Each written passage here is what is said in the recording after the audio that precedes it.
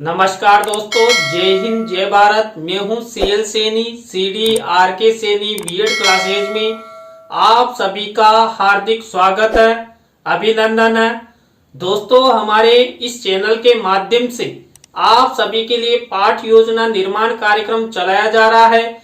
इस पाठ योजना निर्माण कार्यक्रम के अंतर्गत आप द्वारा हमारे इस हेल्पलाइन नंबर पर जो भी कंटेंट हमें सेंड किए जाते हैं उन्हें बनाकर आप लोगों की सुविधा के लिए हमारे चैनल पर अपलोड किया जाता है। दोस्तों, आज की लाइव क्लास के अंतर्गत हम हिंदी व्याकरण पाठ योजना क्रमांक 10 के अंतर्गत सर्वनाम प्रोनाउंस पर आपको एक लेसन प्लान बनाना बताएंगे कि आप सर्वनाम पर किस तरह लेसन प्लान का निर्माण कर सकते हैं।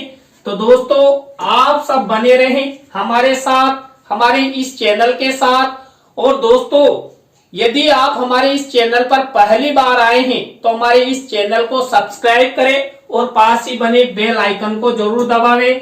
दोस्तों, यहाँ पर जब हिंदी व्याकरण की पाठ योजना का निर्माण किया जाता है तो सबसे पहले हम श्यामपट्ट पूर्ति का निर्माण करते हैं, जिसके अंतर्गत हम विद्यालय का नाम, कक्षा, दिनांक, विषय, विधा, कालांश, कालांश का समय और बीच सेंटर में हमारे प्रकरण का नाम लिखते हैं। प्रकरण को अंडरलाइन करते हैं और इन्वर्टेड कोमाज में जरूर बंद करते हैं। दोस्तों, श्यामपट्ट पूर्ति के बाद हम उद्देश्य, विशिष्टीकरण और अपेक्षित व्यवहारगत परिवर्तन का प्रयोग करते हैं। तो दोस्तों, यहाँ पर देखिए, इस फॉर्मेट में हम 6 उद्देश्य बनाते हैं, जिनमें पहला उद्देश्य है ज्ञानात्मक। अब दोस्तों, यहाँ पर जब ज्ञानात्मक उद्देश्य लिया जाता है तो हमारे मुख्य प्रकरण का ध्यान रखते हुए हम विशिष्टीकरण और अपेक्षित व्यवहारगत परिवर्तन बनाते हैं। दोस्तों, यहाँ पर पहला उद्देश्य जो ज्ञानात्मक है उसके विशिष्टीकरण इस तरह आपको 1 से 2 बनाने हैं और इसी तरह आपको ये 1 से 2 ही अपेक्षित व्यवहारगत परिवर्तन बनाने हैं। इसी तरह दोस्तों, आपको आपकी दैनिक पाठ योजना डायरी में अवबोधात्मक उद्देश्य से रिलेटेड ये 1 से 2 विशिष्टीकरण और 2 से 3 अपेक्षित व्यवहारगत परिवर्तन बनाना है। इसी तरह दोस्तों, आपको जो आपका उद्देश्य है अभिव्यक्त्यात्मक, इस अभिव्यक्त्यात्मक उद्देश्य से रिलेटेड ये 1 से 2 विशिष्टीकरण और 2 से 3 अपेक्षित व्यवहारगत परिवर्तन बनाना है। इसी तरह दोस्तों, आपको कौशलात्मक उद्देश्य से रिलेटेड ये 1 से 2 विशिष्टीकरण और 2 से 3 अपेक्षित व्यवहारगत परिवर्तन बनाना है। इसी तरह दोस्तों, आपको अभिरुच्यात्मक उद्देश्य से रिलेटेड ये 1 से 2 विशिष्टीकरण और 2 से 3 अपेक्षित व्यवहारगत परिवर्तन बनाना है। इसी तरह दोस्तों, अभिवृत्त्यात्मक उद्देश्य से रिलेटेड आपको आपकी दैनिक पाठ योजना डायरी में ये 1 से 2 विशिष्टीकरण और 2 से 3 अपेक्षित व्यवहारगत परिवर्तन बनाना है। दोस्तों, इस तरह आपको ये उद्देश्य, विशिष्टीकरण और अपेक्षित व्यवहारगत परिवर्तन का फॉर्मेट अपनाना है।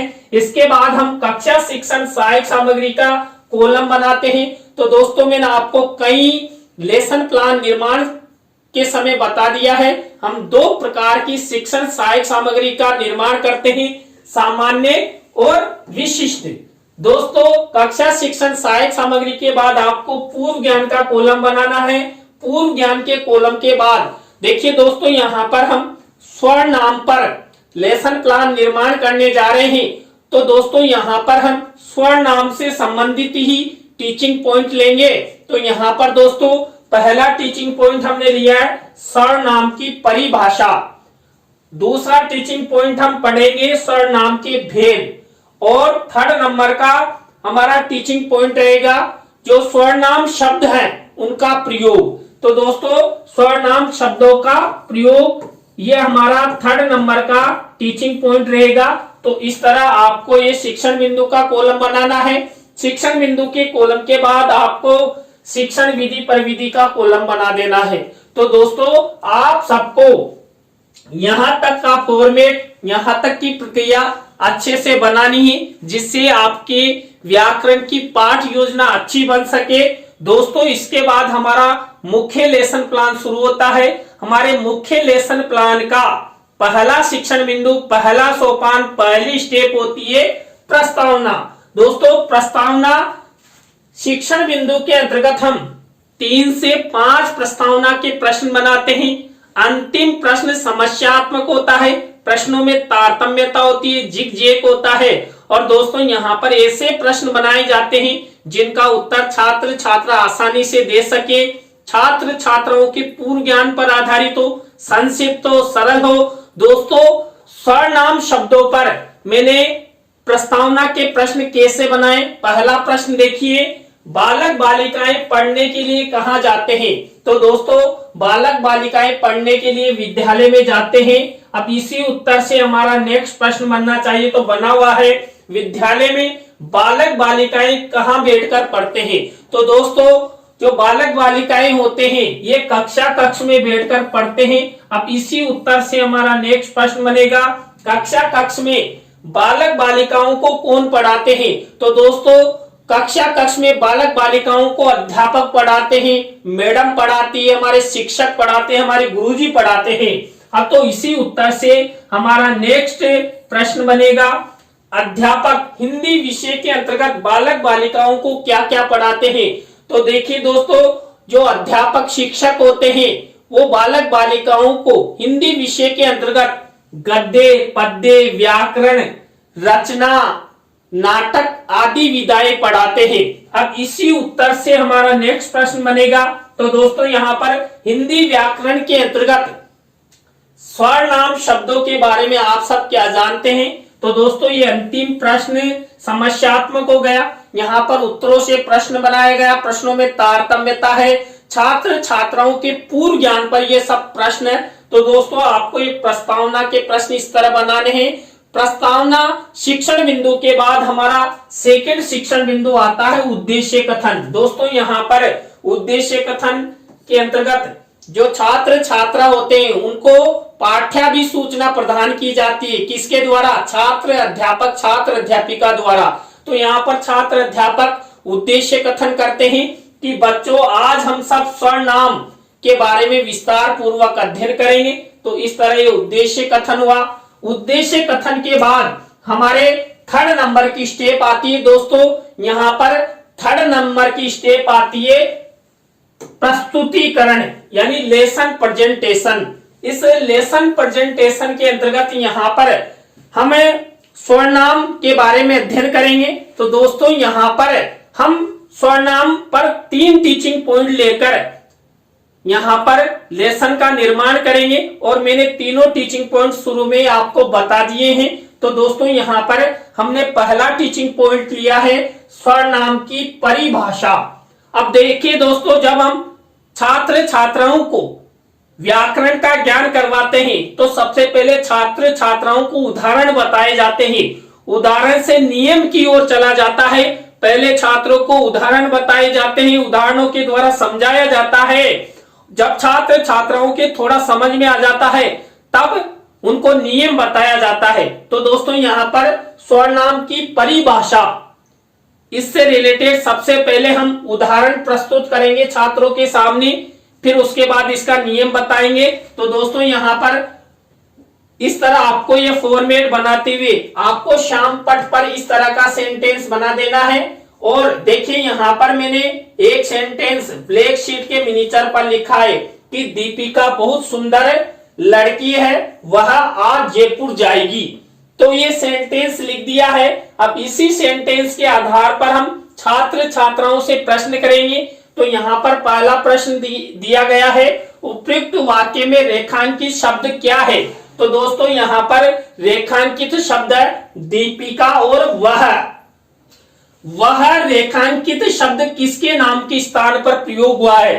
तो दोस्तों ये जो हमारा सेंटेंस है इसमें जो वह शब्द है ये किसके स्थान पर प्रयोग हुआ है। तो दीपिका नामक लड़की के स्थान पर इसका प्रयोग किया गया है, अर्थात संज्ञा के स्थान पर वह का प्रयोग किया गया है। अब इसी तरह नेक्स्ट प्रश्न बना हुआ है, संज्ञा शब्दों के स्थान पर प्रयोग होने वाले शब्दों को क्या कहते हैं। तो सर्वनाम शब्द कहते हैं, क्योंकि छात्र छात्रा सर्वनाम शब्दों के बारे में सामान्य जानकारी रखते हैं। इसी तरह नेक्स्ट प्रश्न किया गया है, स्वर नाम की परिभाषा के बारे में बताइए। तो ये छात्र छात्राओं से प्रश्न करते ही छात्र छात्राओं में चिंतन होने लगेगा। छात्र छात्रा ये तो बता देंगे कि जिस संज्ञा के स्थान पर प्रयोग होते हैं उन्हें हम स्वरनाम शब्द कहते हैं, लेकिन छात्र कंफ्यूजन में आ जाएंगे कि स्वरनाम की क्या परिभाषाएं होती है। तो दोस्तों इसके बाद छात्र छात्राओं की कंफ्यूजन को दूर करने हेतु इस प्रश्न का उत्तर यानी कुल मिलाकर छात्रों के सामने स्पष्टीकरण किया जाएगा। तो दोस्तों यहाँ पर जो हमारा पहला टीचिंग पॉइंट है उसका स्पष्टीकरण किया गया है। तो दोस्तों ये स्पष्टीकरण की स्टेप हो गई। इसके अंतर्गत जो हमने लास्ट का क्वेश्चंस पूछा उसका स्पष्टीकरण किया गया है। ये छात्र अध्यापक छात्र अध्यापिका कथन के रूप में कि स्वरनाम कैसे बना, इसमें कौन कौन से शब्दों का मेल है, स्वरनाम की क्या परिभाषा है, इन सब के बारे में बताया गया है। अब दोस्तों यहाँ पर हम छात्र छात्राओं को श्याम पट पर लिखकर भी समझा सकते हैं। जो जो विषय वस्तु हम श्याम पट पर लिखकर छात्र छात्राओं को समझाएंगे उसी विषय वस्तु को यहाँ पर श्याम पट कार्य वाले कॉलम में लिखेंगे और इस तरह ब्लैक शीट का निर्माण करके अब दोस्तों यहाँ पर ये श्याम पट पर ये शब्द यानी ये सेंटेंस लिखकर छात्र छात्राओं को समझाया जाएगा। इसी तरह इसमें से यदि हम चार्ट पर लिखकर छात्र छात्राओं को डायरेक्टली समझाना चाहते हैं तो रंगीन चार्ट पर इस तरह शिक्षण सहायक सामग्री के कॉलम में इस तरह का मिनिएचर निर्माण करके इस पर लिख देंगे।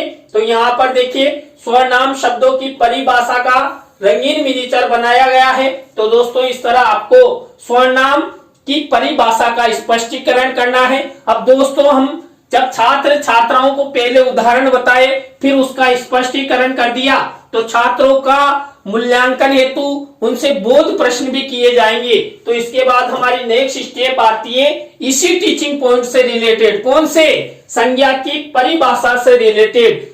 अब यहाँ पर देखिए हमने जो छात्र छात्राओं को स्पष्टीकरण दिया था उसी में से ये बोध प्रश्न उत्तर हमारे द्वारा बनाए जाते हैं। तो इस तरह हमारा जो पहला टीचिंग पॉइंट है वो कंप्लीट होता है। इसी तरह दोस्तों हमारा सेकंड टीचिंग पॉइंट शुरू होगा। अब यहाँ पर मैं आपको बता दूं हमने सबसे पहले क्या किया था। जब छात्र छात्राओं को स्वरनाम की परिभाषा के बारे में बताया था तो हमने सबसे पहले छात्र छात्राओं को उदाहरण बताया, फिर स्पष्टीकरण किया और फिर बोध प्रश्न पूछे। इसी तरह जो हमारा दूसरा टीचिंग पॉइंट होगा उसमें भी यही प्रक्रिया अपनाएंगे। तो यहाँ पर हमारा दूसरा टीचिंग पॉइंट है स्वरनाम के भेदों के नाम। केवल यहाँ पर स्वरनाम के भेदों के नाम छात्र छात्राओं को बताएंगे क्योंकि स्वरनाम के 6 भेद होते हैं। तो 6 भेदों के लिए हम अलग से ही एक लेसन प्लान निर्माण कर सकते हैं। तो यहाँ पर देखिए वही प्रक्रिया, सबसे पहले हम उदाहरण बताएंगे तो उदाहरण के अंतर्गत वही श्याम पट कार्य वाले कॉलम में उदाहरण लिख देंगे। तो ये मिनिएचर बना दिया मैंने, एक सेंटेंस लिखा है, मैं आपका बहुत बड़ा प्रशंसक हूं।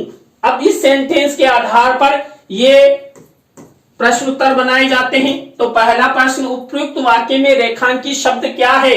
मैं और आपका। मैं और आपका शब्द हिंदी में किसको प्रदर्शित करते हैं? स्वरनाम शब्दों को प्रदर्शित करते हैं, क्योंकि स्वरनाम शब्द किसके स्थान पर प्रयोग किए जाते हैं? संज्ञा के स्थान पर प्रयोग किए जाते हैं। और दोस्तों आप सब जानते हैं कि संज्ञा की क्या परिभाषा होती है। इसी तरह अगला प्रश्न किया गया, स्वरनाम के कितने भेद होते हैं? तो छात्र छात्राओं को सामान्य जानकारी होती है कि स्वरनाम के 6 भेद होते हैं। अब दोस्तों हम क्या करेंगे, वही स्पष्टीकरण करेंगे। तो यहाँ पर स्वरनाम के भेदों का स्पष्टीकरण किया गया है। ये स्वरनाम के बारे में लिखते हुए ये स्वरनाम के 6 भेदों के नाम लिखे गए हैं और कौन से भेद में कौन सा स्वरनाम शब्द का प्रयोग होता है ये भी यहाँ पर दिखाया गया है। किसमें? छात्र अध्यापक छात्र अध्यापिका कथन में। अब इसमें से मान लीजिए जो भी लिखकर हम श्याम पट पर छात्रों को समझाना चाहते हैं वो विषय वस्तु तो हम ये ब्लैक शीट के मिनिएचर पर लिख देंगे। तो यहाँ पर देखिए ये लिखकर मैंने छात्र छात्राओं को समझाने का प्रयास किया है। और यदि हम शिक्षण सहायक सामग्री के रूप में कोई चार्ट का निर्माण करते हैं इसी टीचिंग पॉइंट से रिलेटेड, तो देखिए यहाँ पर दोस्तों स्वर्ण नाम के 6 वेदों के नाम मैंने रंगीन मिनीचर पर लिखे हैं, तो इस तरह भी आप इसका प्रयोग कर सकते हैं। अब वही प्रक्रिया कौन सी, इसमें से ही हम कोई बोध प्रश्न उत्तर पूछेंगे। तो यहाँ पर ये बोध प्रश्न उत्तरों की स्टेप हो गई। तो दोस्तों इस तरह हम बोध प्रश्न उत्तर बनाते हुए इस तरह हम अपनी दैनिक पाठ योजना डायरी में स्वर्ण नाम की परिभाषा और स्वर्ण नाम के भेदों के नाम, इस तरह दोनों टीचिंग पर ये स्टेप अपना सकते हैं। इसी तरह हमारा 3rd नंबर का टीचिंग पॉइंट चलेगा। हमारे 3rd नंबर का टीचिंग पॉइंट है स्वर्णाम शब्दों का प्रयोग। देखिए दोस्तों यहाँ पर भी वही प्रक्रिया अपनाएंगे। सबसे पहले हम उदाहरण बताएंगे छात्रों को। उदाहरण हेतु मैंने आपको बता ही दिया, श्यामपट्ट कार्य वाले कॉलम में ब्लैक शीट का निर्माण करेंगे और ब्लैक शीट पर हम क्या करेंगे, इस तरह एक उदाहरण लिख देंगे। यहाँ पर उदाहरण लिखा, आप कहाँ के रहने वाले हैं, मैंने आपको कहीं देखा है। तो दोस्तों यहाँ पर उधर जब स्वर्णाम के भेदों के नाम बताए थे तो वहां पर बताया गया है, और जब हम स्वर्णाम के भेदों का अलग अलग अध्ययन करते हैं तो हमें और अधिक ज्ञान प्राप्त हो जाता है। तो इस तरह वही हम सबसे पहले यहाँ पर ये प्रश्न बनाते हैं। तो इस तरह एक प्रश्न निर्माण करेंगे। अब स्वर्णाम शब्दों का प्रयोग, इस टीचिंग पॉइंट से रिलेटेड ही हम क्या करेंगे, वही छात्र अध्यापक छात्र अध्यापिका कथन करेंगे। ये छात्र अध्यापक छात्र अध्यापिका कथन हो गया। इसी छात्र अध्यापक छात्र अध्यापिका कथन में से कोई मुख्य शब्द सेंटेंस है जिसको हम श्यामपट्ट पर लिखकर छात्रों को समझाना चाहते हैं, वो यहाँ पर लिख देंगे। तो इस तरह देखिए ये उदाहरण यहाँ पर लिखकर छात्रों को समझाया गया है। और इस पर भी यदि हम कोई चार्ट या चित्र का प्रयोग करना चाहते हैं, देखिए यहाँ पर चार्ट का प्रयोग किया गया किसमें, शिक्षण सहायक सामग्री के कॉलम में। तो इस तरह मिनीचर का निर्माण कर देंगे। तो इस तरह हम ये स्वर्णाम शब्दों का प्रयोग का स्पष्टीकरण करेंगे।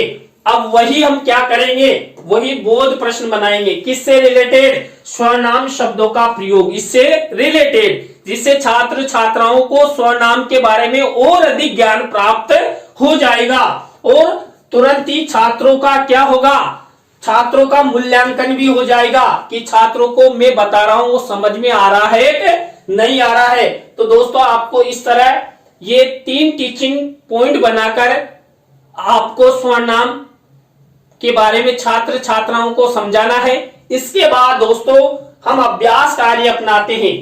अभ्यास कार्य के प्रश्न बनाए जाते हैं। तो दोस्तों हमने जो तीनों टीचिंग पॉइंट छात्रों को बताए कि स्वर्णाम की परिभाषा, स्वर्णाम के भेदों के नाम, स्वर्णाम शब्दों के प्रयोग, इससे रिलेटेड ये अभ्यास कार्य के प्रश्न छात्रों से पूछे जाते हैं।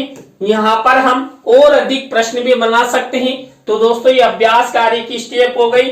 इसके बाद हम मूल्यांकन कार्य की स्टेप अपनाते हैं। तो मूल्यांकन कार्य के अंतर्गत मूल्यांकन प्रश्न बनाए जाते हैं। दोस्तों मैंने आपको कई दफा कई पाठ योजना में बता दिया है कि हम जो भी मुख्य प्रकरण पढ़ते हैं उसी से रिलेटेड यहाँ पर मूल्यांकन प्रश्न बनाए जाते हैं। तो दोस्तों यहाँ पर हमने स्वर्णाम के बारे में अध्ययन किया है, तो स्वर्णाम से रिलेटेड ही ये मूल्यांकन प्रश्न बनाएंगे, जिसके अंतर्गत हम क्या करते हैं, वस्तुनिष्ठ प्रश्न, रिक्त स्थानों से रिलेटेड, सत्य असत्य से रिलेटेड, लघुत्रात्मक अति लघुत्रात्मक से रिलेटेड हम प्रश्न बनाते हैं। और दोस्तों जब आपकी दैनिक पाठ योजना डायरी में जब मूल्यांकन प्रश्न बनाते हैं तो इस तरह ब्लैक शीट का यूज करना है, मिनीचर बनाना है और सिल्वर कलर के पेन से ये मूल्यांकन प्रश्न बनाना है। मूल्यांकन प्रश्नों उत्तरों के बाद हमारी गृह कार्य की स्टेप आती है। तो दोस्तों आज की लाइव क्लास के अंतर्गत हमने हिंदी व्याकरण पाठ योजना क्रमांक 10 के अंतर्गत स्वर्णाम पर आपको लेसन निर्माण करना बताया। आज का लेसन प्लान आपको कैसा लगा कमेंट्स में हमें जरूर बताएं।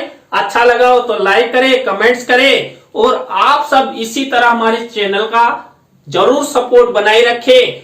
यदि आप हमारे चैनल का सपोर्ट बनाए रखते हैं तो आप द्वारा जो भी हमारे इस हेल्पलाइन नंबर पर पाठ योजना के टॉपिक हमें सेंड किए जाते हैं उन्हें बनाकर हमारे चैनल पर जरूर अपलोड किया जाएगा। तो दोस्तों आज के लिए बस इतना ही।